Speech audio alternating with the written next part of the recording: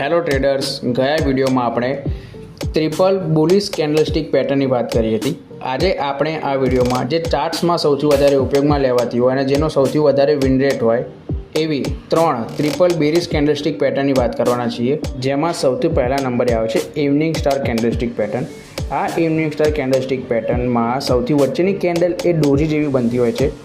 તે કેન્ડલસ્ટિક પેટર્નમાં up side અને ડાઉન સાઇડ એમ બંને સાઇડ આપણને વીક જોવા મળતી હોય છે, જેમાં સૌથી ફર્સ્ટ કેન્ડલ એ ગ્રીન કલરની અને થર્ડ કેન્ડલ એ રેડ કલરની બનતી હોય છે। આ થર્ડ એ રેડ કેન્ડલ એ ગ્રીન કલરની કેન્ડલના 50% એરિયા કરતાં મોટી હોવી ખૂબ જ જરૂરી છે, નહીંતર તે ચાર્ટ્સમાં એ વર્ક કરતી નથી।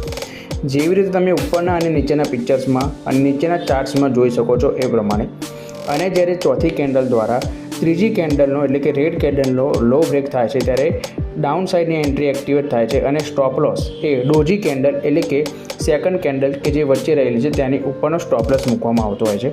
ત્યાર પછી બીજા નંબરે ફોલિંગ થ્રી કેન્ડલસ્ટિક પેટર્ન આવે છે। આ કેન્ડલસ્ટિક પેટર્નમાં સૌથી પ્રથમ બિગ રેડ કેન્ડલ બને છે અને ત્યારબાદ નાની નાની સ્મોલ એ ત્રણ ગ્રીન કેન્ડલ બનતી હોય છે। ત્યાર પછી પાંચમા નંબરે ફરીથી એક બિગ રેડ કેન્ડલ બને છે, જે પાછળની ચારેય કેન્ડલનો લો બ્રેક કરે તે જરૂરી છે।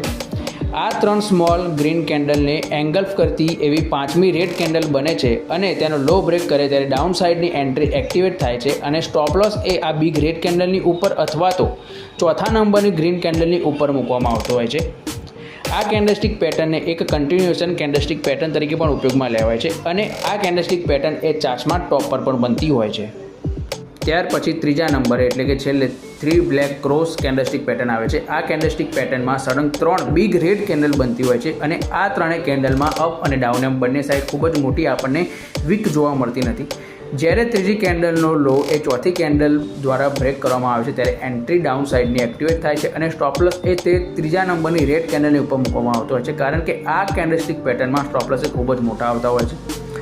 જો તમારા લોકોને આવા એડવાન્સ લેવલના કોન્સેપ્ટ ચાર્ટ્સ પેટર્ન પછી કેન્ડલસ્ટિક પેટર્ન શીખવી હોય તો આ ચેનલને સબસ્ક્રાઈબ, વિડીયોને લાઇક, કોમેન્ટ અને શેર કરવા ના ભૂલતા। મળીએ છીએ બીજા વિડીયોમાં, ત્યાં સુધી બાય બાય।